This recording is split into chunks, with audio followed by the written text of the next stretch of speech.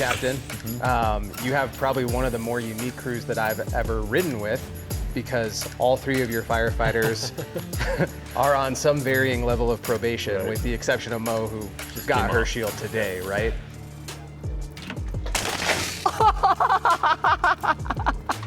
So what is that like for you and for Wyatt, your engineer? Obviously, you have to be very reliant on your probationary firefighters, but at the same time, they're still learning everything from you, right? So I know some lieutenants, captains, officers are gonna watch this and say, wow, that is unique.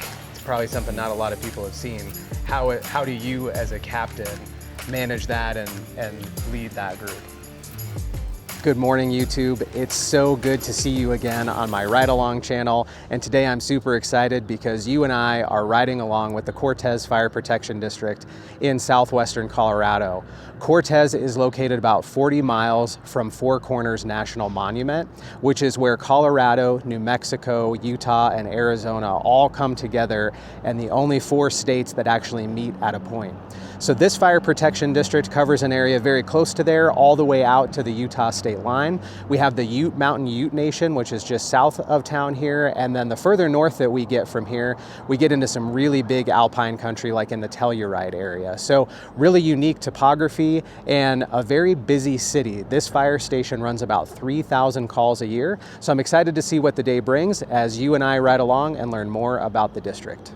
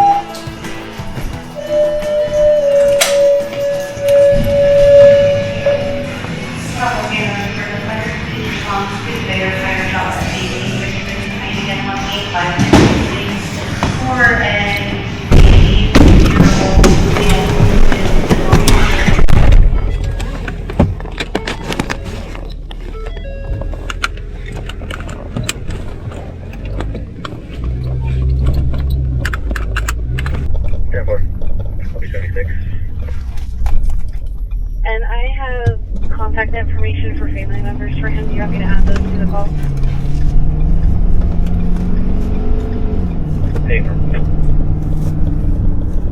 And 900.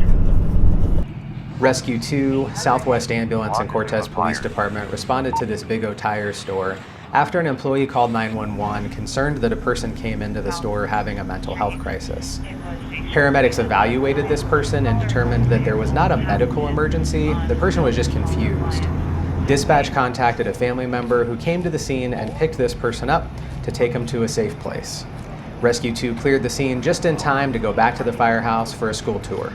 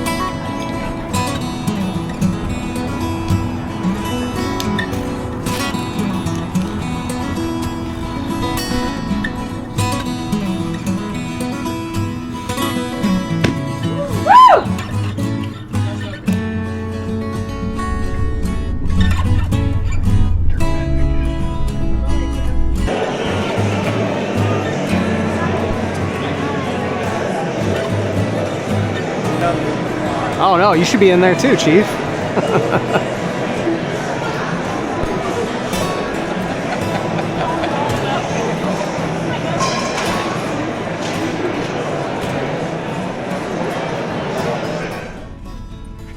What are you seeing on the MVP?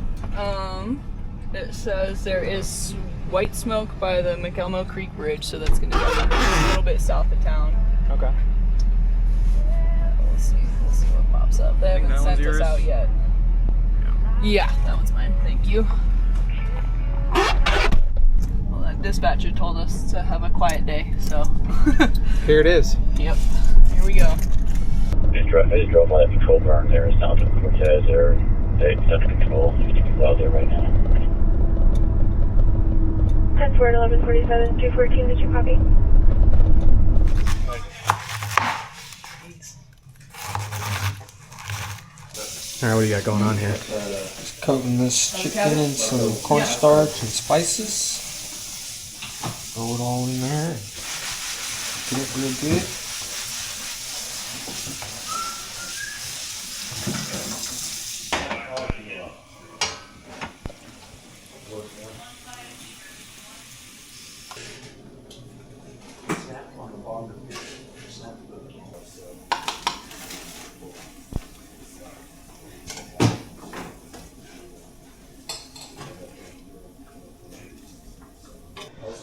All right, so what's the final product you got there?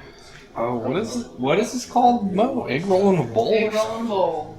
Egg roll in a bowl. Chicken, and rice, and what's in this sauce, Mo? Sriracha and mayo or something? Sriracha, sweet chili, Greek yogurt, mayo, and honey. Nice. Yeah, should be pretty good.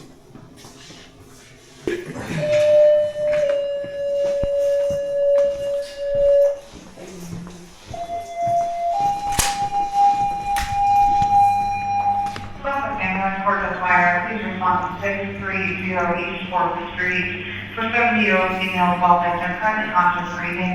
Again, this is response to 6308 4th Street for 70-year-old female involved victim with a severe breathing.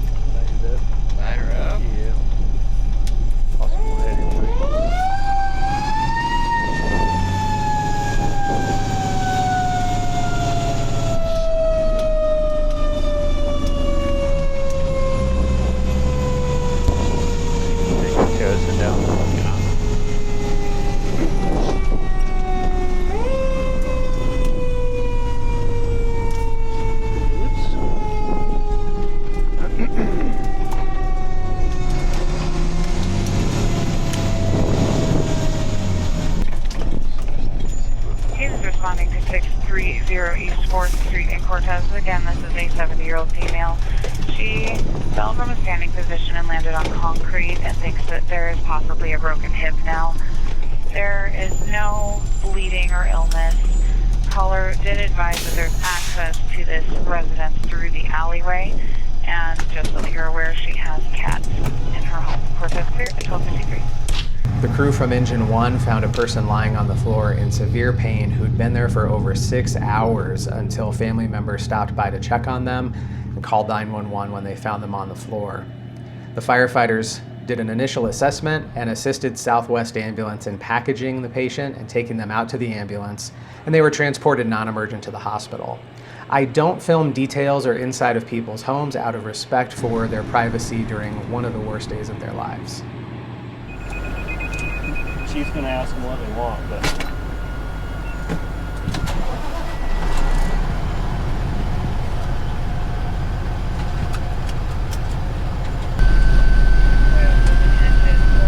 Additional help on a trailer that's on fire.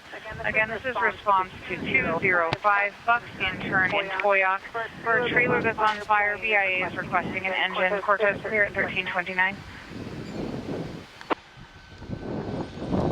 Cortez Battalion 1.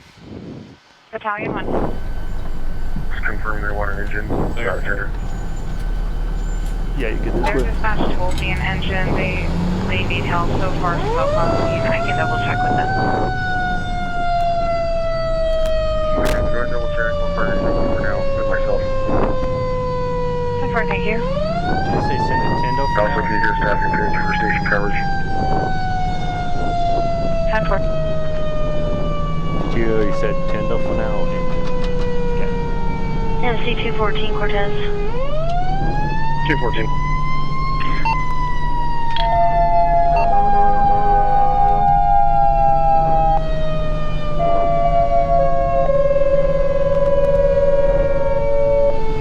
Cortez Fire, please respond to Station 1 for station coverage. Again, Cortez Fire, please respond for station coverage. Cortez Fire, 1330.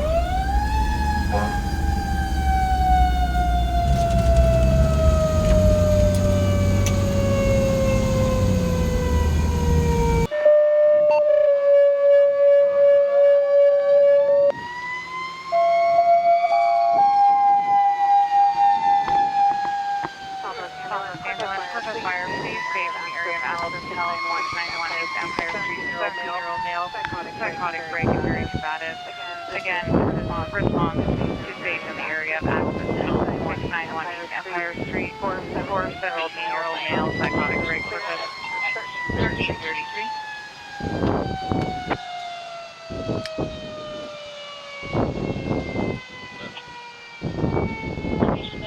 Oh, I see smoke. There it is.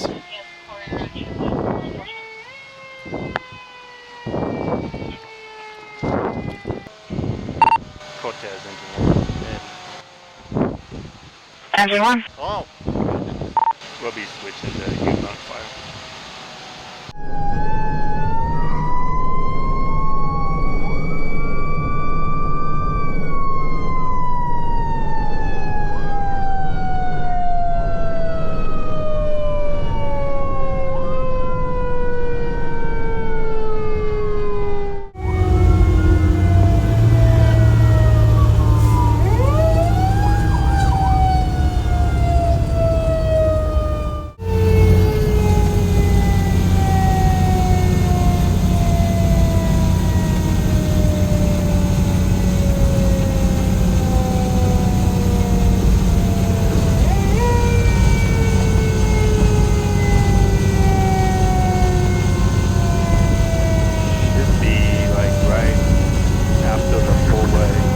Engine 114, Battalion 1.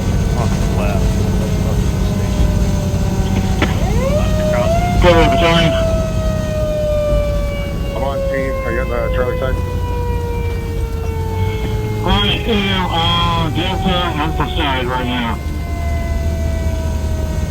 It's left right here. I believe go fast. Oh, they already have a water. No, they don't. Yeah, hang a left heel. No, I'll go this way. Right here? Go straight.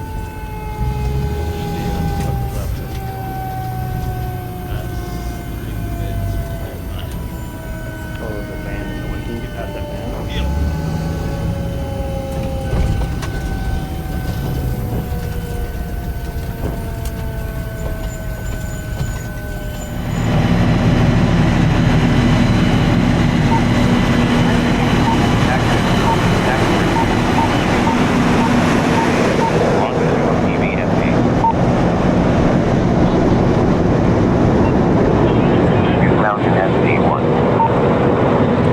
Want to do a 360 with him? Yeah.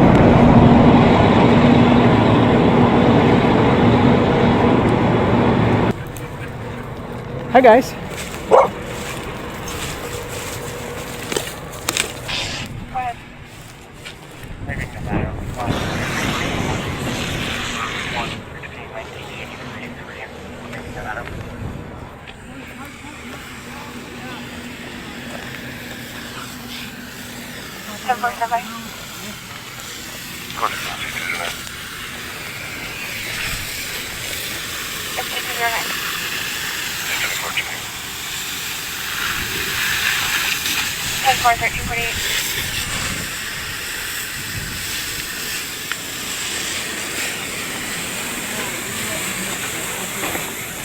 You guys strip those windows? Open it up a little bit.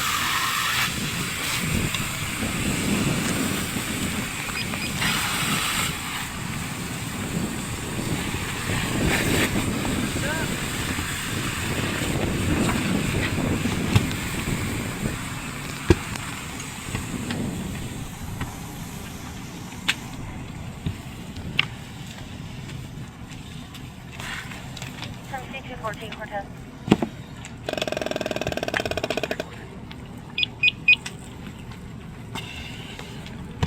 Your son, Sean subject is on suspended child support non-payment out of Colorado. He is restrained from a North Navy clear all weather.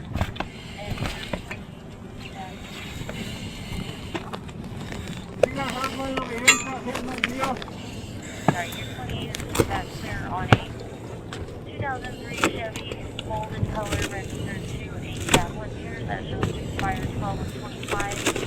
It's Mark Pierce. Name is Barbara Pierce. It's requested vehicle.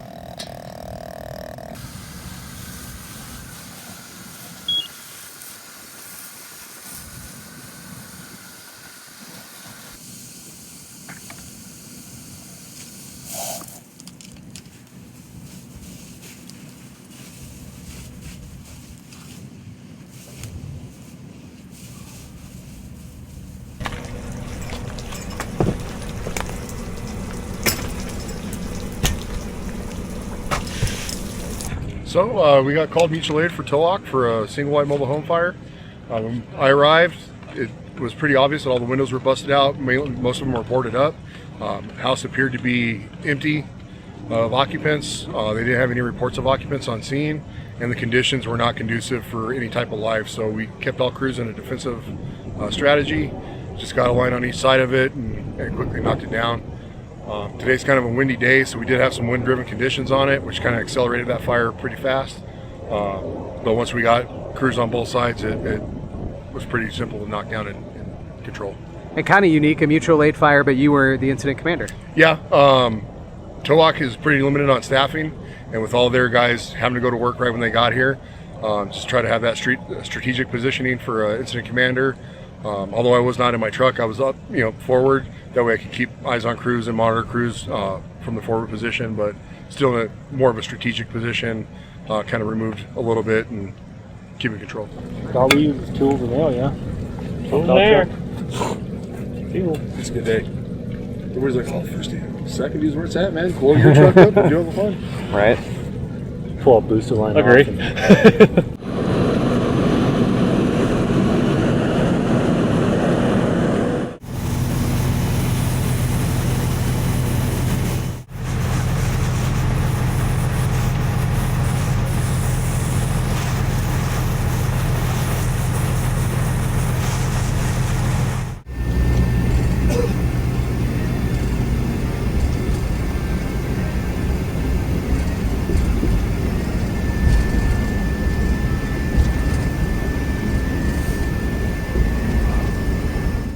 So do you keep all the dirty stuff in a compartment on the way back? Yeah, try to keep the cab as clean as we can. This truck gets a little bit tighter. Here's nice. We got plenty of room to keep everything in there, and then it'll keep smell out of there, nasty fire smoke. Yeah. And then same with hoses. Pile up all our dirty used hoses if we do use any in there. Gotcha. Yeah. Do our best to keep cab clean. Yeah. They'll shower all in here Oh, okay. before they go back into the station. Wow. So that way there's no contaminants going inside the station. Anymore. Yeah, makes total sense. And then extractor for bunker gear right there too. Absolutely. Extractor, and we hang it all up in here to dry. Everything will stay in this room. Nice. Young Lincoln out of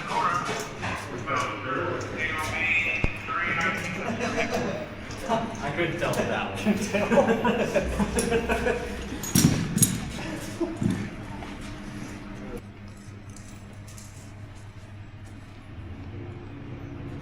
Keep the boots laid out so they can dry.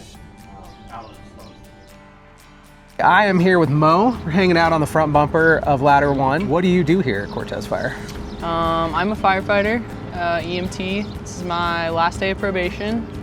So I've been on a year now. And yeah, I do everything. Right on. What's the last year been like for you on probation here?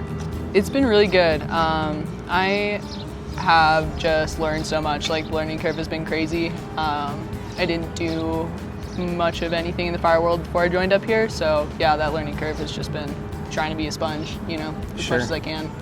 Any surprises during your first year that you didn't anticipate being a firefighter? Definitely. I mean, I just learning really about the realities of doing a job. You know, I think there's a lot of things that people tried to kind of impart on me before I started all of this, but kind of like getting into that firsthand experience and like, yeah, actually doing the thing it's a lot different in practice than it is in theory, you know? Sure. How does it feel after a year has gone by, you're off probation, or about to be off probation? What's it like to be like quote unquote kind of senior here on your shift? It's good, yeah, once again, just huge learning curve really. But I would say like thankfully I have a lot of amazing guys on my shift who really want to do a good job and teach me stuff I don't know, and sure. Yeah, it's good. It's definitely nerve-wracking at some points, like, to be honest, like, but you learn by doing. So, you know, if I'm in a situation where I feel out of my element, you know, just gonna go and lean on people who know more than me, and sure. You know, actually kind of a confidence booster. I think it's easy to like not realize how much you know and how much you've learned until, you know, you're responsible for showing someone else how to do it, and I felt pretty confident in that so far, so that's good. That's awesome. Yeah. How does your daily shift existence change when you're off probation here? You know, I mean, it changes a lot. Like, we have a pretty, like, traditional kind of, like, bro be doing the grunt work type deal going on here. But also, like, especially with the guys I work with in particular, like, everyone's doers, you know, we're all contributing to everything. So, I mean, there's a little bit of change, like no one has to deal with my cooking anymore, so deal with your good cooking. For everyone. Oh boy. Yeah. Is there anything else I'm missing, Chief? Got a question for you. What's wrong with this? It's orange. Tell me what's wrong with that helmet. It says probationary firefighter. I've got I don't know how many hours left. 12 hours left. Yeah. Or does that fix it? Yes, it does. More better? More better, definitely. Let's see the comparison. Yeah. So they can Sweet. Yeah. To go get this one dirty a little bit. Yeah. For sure. We gotta get a picture. Okay. Yes. Yeah. Are you guys taking it or am I? Get out of your way.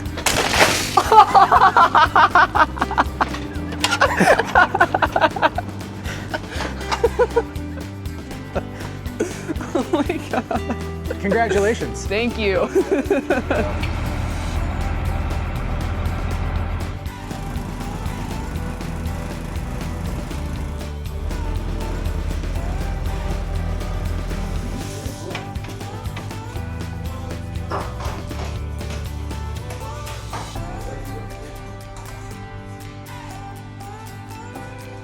All right, Cap, thanks for having me on the engine today. It's been a busy day, so we're just now after dinner getting to a station tour, but I know the audience would love to see what's in the firehouse and learn more about how you guys operate. If you want to take me through? Absolutely, yeah, let's go on in. Sweet. So this is Station 1. It's in downtown Cortez. It's our only staff station in the district. We have one more station that is kind of a backup station. We have a couple of resolve rigs there, but it's not staffed yet. So hopefully in the future, that's something we're looking at. Okay. Staffing that station. So lobby, administrative manager walks in there. We have fire chief's office, assistant chief's office. We have a few trophies from quite a collection. years. Yeah. So Tri-State, which is a local competition that happens every year. We'll be hosting it in a couple of years, so kind of bringing it back, which would be cool. Yeah. The district map's in a good place. Maybe we could talk about the county and where Cortez is. Move this door out of the way here. So this is Montezuma County on the whole map.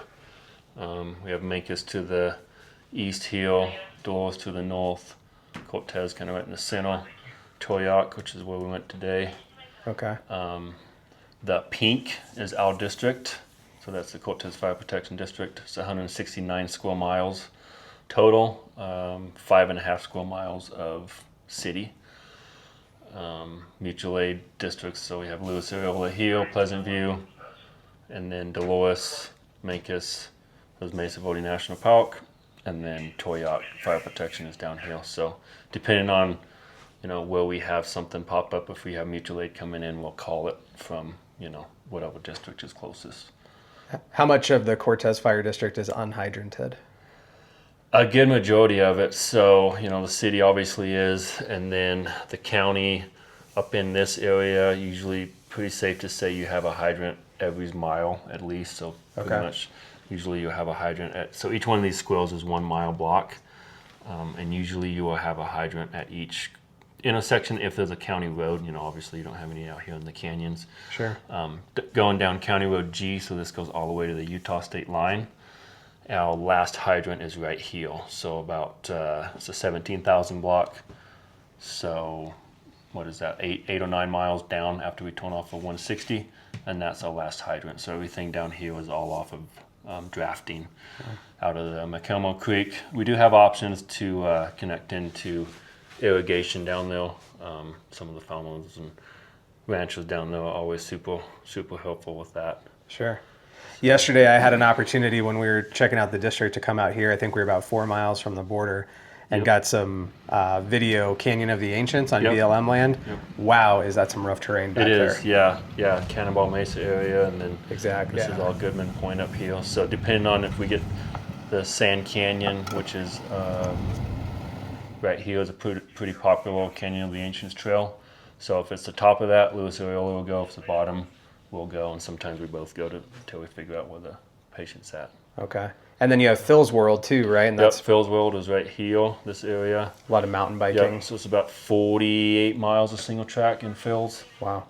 We actually have they do a 12-hour endurance race every May there. That's coming up in the second week of May. So that brings in about 3,000 to 4,000 mountain bikers from all over the world come in and do that race. So we obviously have a pretty big influx from Durango, from all the mountain bikers over there as well. So sure. We get rescues of it out there every once in a while. Yeah. Right on. Well, thanks for the overview of the county. That's helpful. Yeah, for sure. It's coming on back here, Battalion Chief's office in there, kind of a little bit of a dungeon. And then sleeping quarters back there for the chief. He's got a fold down bed back there. Nice. Printer. So it's block in here. There's my office and bedroom. So the bed's kind of around the corner, and then office. Okay. Down on this side, this is where all of our reserve or part-time firefighters keep their gear. Okay. Or their uniforms. All the full-time guys have lockers in their rooms. So if we take look at this room, this one's empty at the moment. But each full-time guy has a they're on locker and heel. We're down a full-time guy on C shift, so once we get somebody else, they'll take up one of those lockers. So normal staffing would be you as a captain. Yep. You have a battalion chief. Yep. Engineer, and then 4 firefighters. Yes, sir. Okay. So that's normal. Hopefully we get back to that soon on C shift. Gym, so nice little workout gym that we can use. Yeah. Can get tight in here with 5 or 6 guys, 7 Sure. at times, but we can always, open that door up and go out to the bays and do stuff out there as well. Sure. So yeah, PT is super important, obviously in this job. Something that I preach on pretty good. We didn't get a chance to work out today. One of the guys started to and then got interrupted. Yeah. But we try to work out as a crew as much as we can and Sure. get comfortable working with each other and kind of seeing where each other's at with their physical fitness and Yeah. knowing the boundaries of that. So bathroom, another bathroom. So we have 6 bunk rooms down the hallway here. Okay. So we're kind of maxed out for this station with the 6 on each shift plus the battalion. Yeah. So kitchen area. Each shift has a fridge. Each shift has a pantry cabinet. Kind of pretty normal, I think. Yeah. Fire station table. Where all the world's problems are solved. Maybe if you were created, who knows? Yeah, exactly. We actually have the Artemis 2 landing live right now, so we've been watching that over dinner, so that was kind of cool to see. Yeah. Out the back door here, we have our little patio with a grill and a smoker on it. Okay. So if guys are grilling or smoking. And then we have trucks. Once we go out to the bay, we'll be able to see, but we have trucks that go out this back and go around. So yeah, day room, recliners, TV for football or movies or whatever once the day is done. And here's just the laundry room. Oh, nice. Okay. Just a washer and dryer and cleaning stuff. And you guys are on 48-hour shifts, right? Yes, 48-hour shifts. So we'll clean our night 2s is when we clean that whole side of the station. Okay. The night before the next shift comes in. Sure. So yeah, 4896. So this is the bays. This is where all the fun things are, the trucks. Yeah, like I was telling one of my guys the other day, you got to remember, like for me growing up, my dream was always to be a firefighter. So coming in here as a kid and just seeing this stuff, and I was telling them like we get to work on this stuff as our job. So don't ever take it for granted in that sense. But it's pretty cool. Like when my kids come by and they see the station, they want to see the trucks every time. So yeah, it's pretty cool that we get to do that every day. So right. Battalion 1, so that's our battalion chief's truck. Yeah, we'll just go around this way. Okay. Brush 1, so brush truck. A rescue truck that we'll get to in a minute kind of runs as primary brush truck, but if we have extra staffing, we'll staff this truck. Red flag days, some days we'll bring in extra staffing for red flag days. And Cortez is unique in a way that you guys have wildland crews seasonal that are on Yes. duty as well. So when I was out checking out the district yesterday, Engine 26 was out there with us. Yep. And then they're stationed just next door across the alley, right right? behind the alley in the old station. So if they're in district, will they respond on They will. brush fires? Yep. They monitor the radio and then they'll respond and help us out if they're in district. But So. they deploy quite a bit, it sounds like. Yep. So they're available national, the Type 6 and a Type 3. Okay. So the Type 3 is in the shop right now, but the Type 6 is available national, so Nice. they can get called in anytime. Okay. So yeah, we have 6 guys right now on our wildland team. This is just our utility truck, just a F-250 with a camp shell on it. So kind of just used for whatever needs. Yeah. Chief needs to drive it, or somebody's going to class, they'll take this truck to class and take Sure. the gear in the back and all that. We'll point out the assistant fire chief's parking job. He must have been watching the camera, which I puts can you do in that an because angle. we grew up together, so I feel like I can call him out on that. Perfect. That's awesome. And then Tyndall 1, so it's a 2,000 gallon Type 1 Tyndall. We have, this one's gone out on deployments quite a bit as well. Oh, okay. So, PO5 or something will put this up, and I took it out on the Stone and Mesa fire last year, which was just about 45 minutes north of here for 2 weeks. Wow. so we can deploy it, and then we'll bring our backup tender from Station 3 over and put it here. Okay. So super versatile truck, like dump chutes, pump and roll, stuff like that. So nice. And then you mentioned Phil's World earlier was like bicycle rescues and stuff. Yeah. So this is a side-by-side Honda Pioneer. It's got a Stokes basket on it that we can put that wheel up there. We can take that wheel off, put on it, and wheel it around on the trail, or just carry them, whatever the needs are, depending on where they're at. We can also take this in the backcountry pretty well. That's awesome. A lot of trails are wide enough that we can get this through there and get a lot closer to them than just the ambulance would be able to. Sure. So, sorry about the compressor. No, you're good. Kicked on at the right time. Torn out gear room, so this is where everybody keeps all the bunker gear. One of the things that we do in the mornings is as soon as we get here, some guys will do it when they first come into the station. Some guys will get in uniform and then come do it, but before shift change, they'll come out, we get all of our gear, and we take it out to the bay floor next to the truck that we're most likely going to be assigned on. At least have it out there, and that way if we get something at shift change or right before shift change, the guys can quickly grab their stuff and get on the truck without having to come all the way in here and get it. So, yeah, that makes sense. So yeah, just I guess a normal as we saw gear room. During your decon process, at least all the full-time firefighters have 2 sets of gear. Yep, so our full-timers have 2 sets, and that way, yeah, like you said, anytime we are in a structure fire or something like that, or our gear gets contaminated, we decon, we take it apart, we put it through the extractor, and we immediately switch into a clean set. Nice. So try to help that carcinogens and all that stuff. Yeah. Coming around here. You can probably kind of see the nets there, and then the tape on the floor. Some guys taped out a pickleball court. Got to do it. That's the new American Fire Service. Exactly. Yeah. We have some really nice courts about 5 blocks away, but if the weather's not, winter time, weather's bad, we can come and set it up in here and do it. Sure. Pretty sweet. So this is ladder 1. It's a 94 E1 75-foot stick.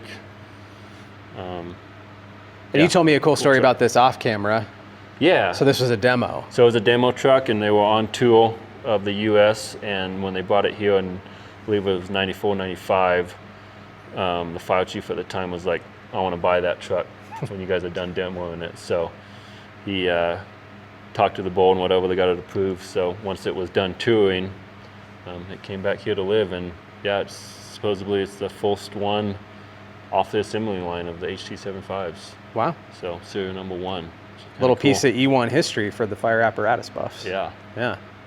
Yeah. Very cool. It's a cool truck, still in service. Like I said, it's a 94, so we had it recertified in 2017. Okay. For another 15 years, so. And this is essentially reserved for commercial structure fires? Yeah, so kind of with the cross staffing is when we have guys that are signed off and able to drive this truck on the rescue, they'll jump over to this truck. Okay. So commercial fire alarms, commercial fires, anything like that, we'll take this truck to that. Okay. Right now, we don't have anybody on the rescue that can jump onto this truck. That's usually more of a senior guy, preferably somebody that's gone through the AIC engineer program. Sure. It's not always possible, but that's kind of what we're trying to get to, and get guys at least be able to get this truck there. Sure. And then the engineer can take over at that point if need be. Yeah. So it's a cool truck. Yeah. Absolutely. Yeah. And then engine 1. Our engine 1 is actually in the shop right now. It had a pump seal blowout on it. So this is our old engine 1 that is now engine 3. We haven't got the decals changed on it yet. This is the 2013 KME. And then our new engine 1 is a 2023 Pierce Enforcer. Okay. Super nice truck, but we often run out of this one for a few weeks until that one gets fixed up. So, but yeah, this truck's still running good.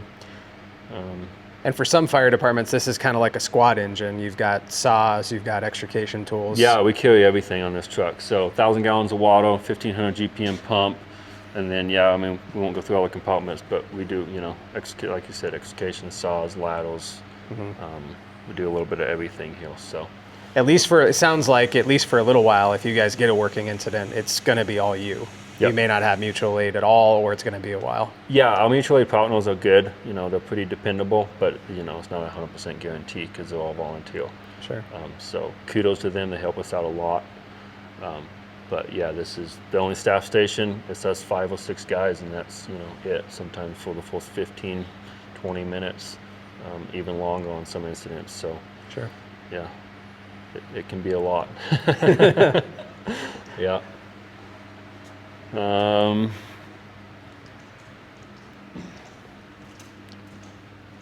Yeah, and then rescue 2. So we run, right now we have 3 on the engine and then 2 on heel. When we get back up to 6, we'll have 2 and 4, usually how we run it. So we have 4 guys on the engine, 2 guys on heel. So this is rescue 2. It's a 2016 F550. Kind of basically a brush truck, but it's got saws, it's got a combination extrication tool on it, generators, scene lights, medical equipment, ice rescue equipment in the wintertime.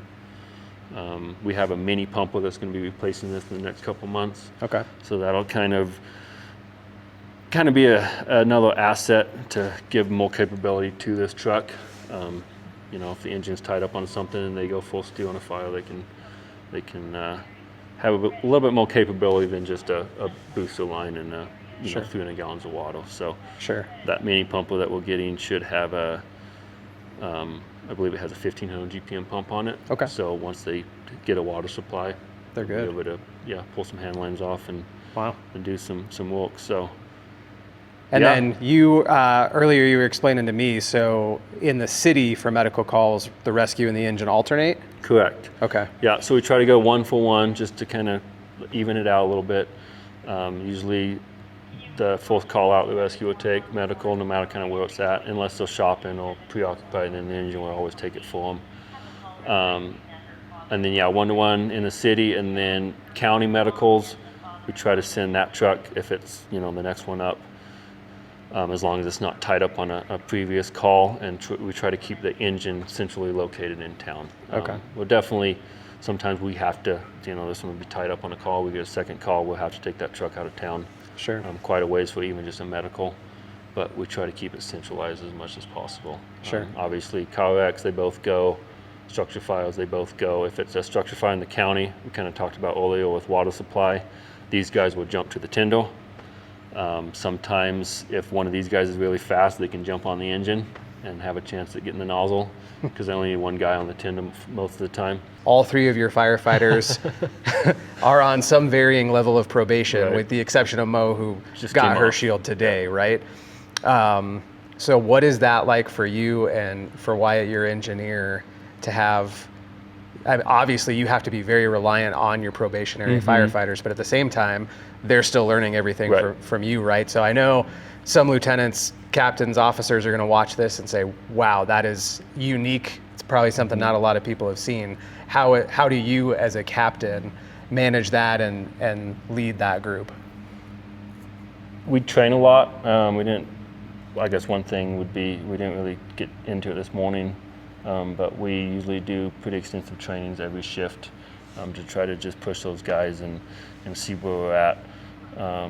Risk management, I guess, just trying to, each situation, just doing what we can, like we have to be a little bit more resolved in what we can do as far as aggressiveness, I guess.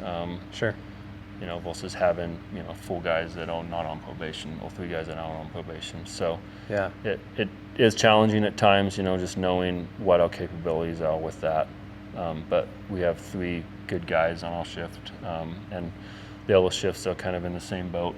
They have 2 or 3 guys on probation as well. Okay. So it's kind of department wide at this time. So, but yeah, it's just kind of an assessment of the situation that we're going on, and how aggressive can we be with what we have. Sure. With where we're at with training, where those guys are at in their task boats, kind of knowing where each individual is, and then kind of going off of that. Yeah. Hopefully that answers your question. Yeah, it does, for sure. Nationwide, I think most fire departments are probably dealing with some kind of a challenge when it comes to recruitment and certainly retention. How do you feel about that here in a very relatively a small town, right? The only paid fire department in this county, kind of isolated. How do you recruit? How do you retain people? Is that a challenge here? It is a challenge. In the past, one of our challenges with that was our pay. And then we have, a paid department an hour south and a paid department an hour east at paid battle, a little bigger department. So we would, lose people to those departments. They'd come here, get a couple years of experience, and then go there. Telluride is paid now as well. They're Okay. an hour and a half north of here. So one of our challenges that we overcame this last couple of years was getting our salaries up to be competitive. Sure. Like I was saying earlier, we used to have a lot of reserves that used to work here, and from like Farmington, for example, and they would, we have a pretty high call volume here, so Yeah. we have a small group of guys, so we get to do a lot of cool stuff. Absolutely. We're not specific to an engine, we're not specific to truck company operations. We get to do all of it. Yeah. So yeah, that's kind of, I think, one of the things for me that's kept me here is how busy we are, the variety of calls, the ability to do, kind of every job. Sure. And, I think as long as guys, response, mental subject. I think getting that information, it'll be the rescue that goes on that. Okay. Getting that information to, to people and letting them see that, getting guys to come in and do ride-alongs and see how busy we are, and, that they get to kind of do a little bit of everything is helpful. Sure. And then, obviously the pay being there now is super helpful as well. Yeah. So, yeah. All right. Well, I guess I'll jump on with the rescue go crew. with I can those take guys that back from you.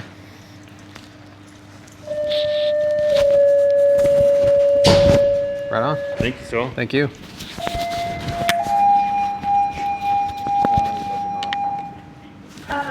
Cortez Fire Protection District 711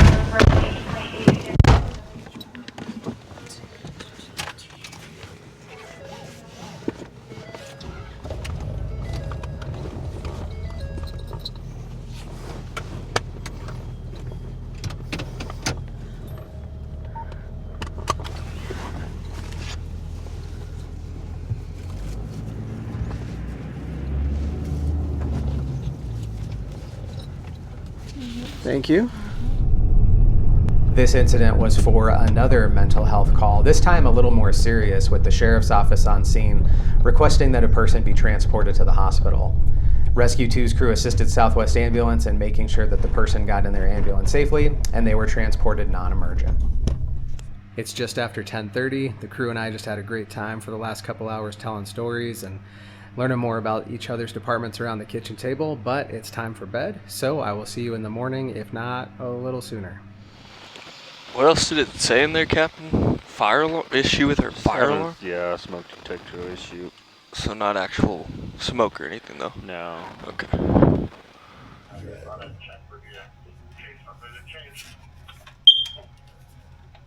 They got power.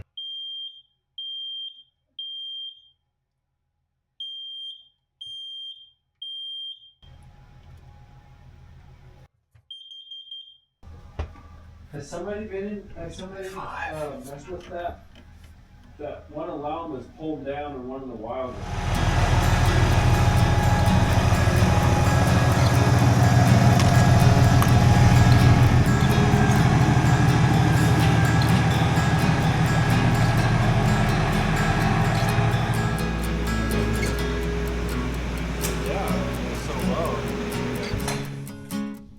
Captain making coffee for the probies? Is that what I'm seeing right now? It is. First one up? I know some probies back home that are going to be jealous. Yeah. Sometimes it happens. Sometimes. I make me feel bad when I do that. Yeah, a little guilt trip. Yep. Boy, I'll make you coffee for you. Is there anything else we can do for you this morning? Make you comfortable? Yeah, exactly. Can I bring you breakfast in bed? Good morning. Well, it was a pretty quiet night in Cortez, thankfully. After our alarm call on the engine, Rescue 2 responded to a breathing problems call in the county sometime between 2 or 3 a.m., I think.